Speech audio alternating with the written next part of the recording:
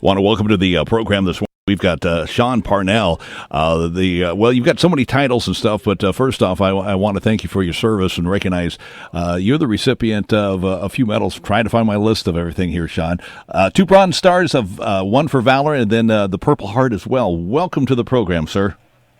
Well, thank you for that great introduction. I feel like I was just so blessed to be a small part of a group of heroes in Afghanistan, and I was blessed to be surrounded by them every day. Thank you so much for having me. We are here to talk to you about your new book. We also want to get your experience of being a speaker at the Republican National Convention last week. But let's first talk about your past and your history as an Army Ranger. What age did you go into the service, and what did you achieve while you were in there, and for how long were you there? Well, yeah. So I joined the military after 9/11. I was an elementary education major, no military folks in my family. I saw the towers come down, and I got angry. I wanted to be a part of America's collective response. I wanted to join the infantry, to be on the front lines, go to airborne school where the Army could teach you how to jump out of perfectly good airplanes, and go to Ranger school and do all that cool, sexy stuff. And boy, I got my opportunity to get in the fight a couple years later. In 2006, I led an infantry platoon on the border of Afghanistan and Pakistan at the height of the hunt for bin Laden. Our mission was just to find them. We didn't, but we found a lot of bad guys, thousands of them actually, and was in Afghanistan and that Afghan-Pakistan border region for 485 days, 16 months in a row, the longest combat deployment in global war and terror history. My men took an 85% casualty rate. Some were wounded twice. I think one of my guys was wounded 3 times. I was also wounded, and I was put out of the military before my time. And I remember leaving the military just a decade ago, broken, not really sure what I wanted to do with my life. I had intended to make the military a career, join the special forces, take the fight to the enemy for 20 years, I didn't get that opportunity, and I didn't know what I was going to do with myself. So I came back here to Pittsburgh, and I started trying to write books.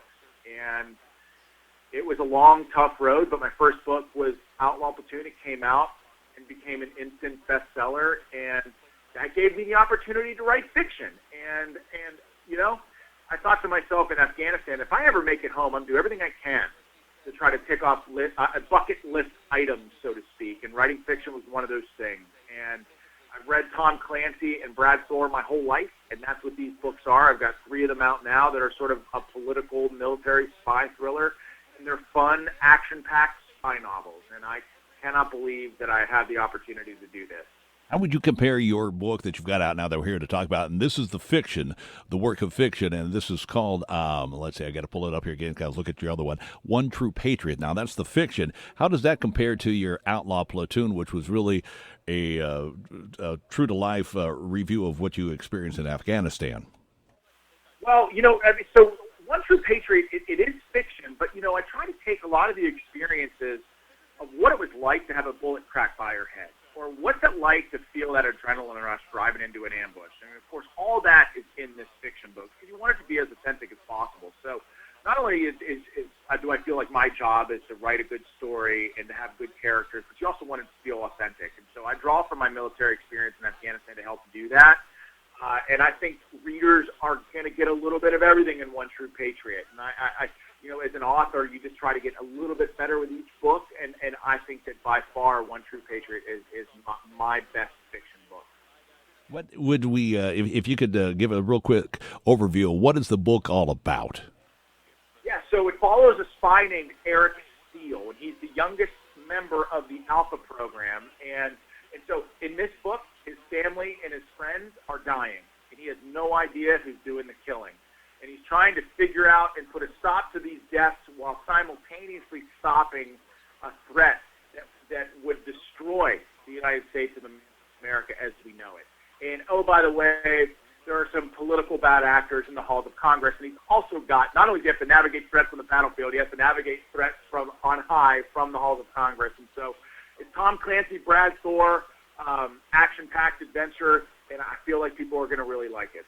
Well, it sounds like I'm looking forward to finishing reading it. I got a copy here. So that's fiction. So let's step from fiction back into real life. You, for some reason, decided you weren't having enough fun in your life, and you've decided to run for Congress. and what's that storyline? Yeah, well, it was a curveball for me. I didn't have my sights set on the seat, and running for Congress was never really a part of my life's plan. In fact, in October of 2019, the president came to the district and gave a big raucous speech. The speech here, and he called me out randomly to run. And I've never met him at the time. I never met him, never talked to him. I wasn't even there. In fact, I was down in South Carolina doing a charity event, just giving a service dog to a veteran.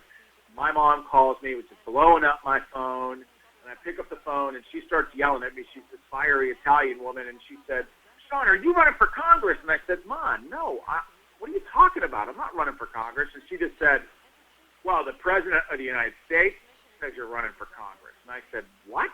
And she sent me this video, and sure enough, it's President Trump had called me out randomly to run. And so I said, I took a deep breath, and I said, okay, let's turn my life upside down, answered the call to duty, got in the race, and I've been doing this ever since. And it all culminated with me speaking at the Republican National Convention to 30 million people last week, which is just surreal. Let me ask you about that because, again, the convention, most of it, was either pre-recorded or is it, a small or empty audience compared to, historically what they've been. What was your experience? And it's a first-time experience, so it's probably hard for you to compare to what things would have been in the past. But what was it like with 2020's conventions and how they were presented? It was overwhelming. It was unbelievable. So I go to the Mellon Auditorium, and I walk into the room, and it's just breathtaking. The president's staff is there. They're all wearing masks with the presidential seal, and they got these little Britney Spears boom mics, where they're all. It was just crazy, right?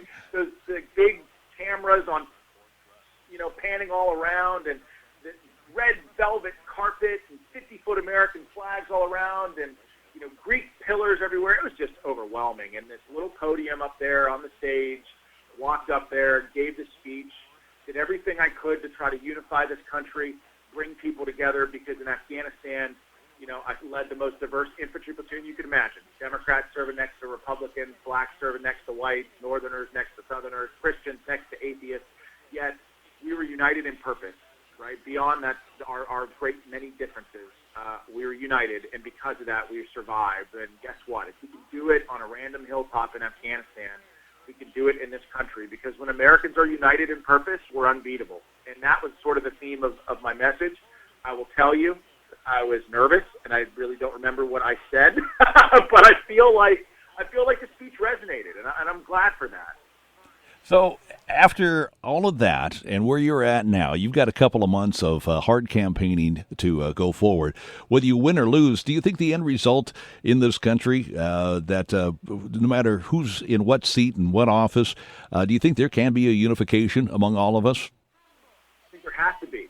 And I think when the dust settles from this pandemic and all this unbelievable political unrest and what's happening in Portland and cities across America, we have to come settled, I hope. And I think, by the way, I think people are starting to realize that we need more leaders on both sides of the aisle and fewer politicians.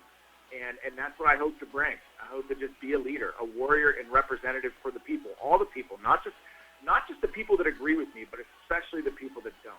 And that's the job of a leader. That was my job in Afghanistan, in one of the most hostile regions on the face of the planet.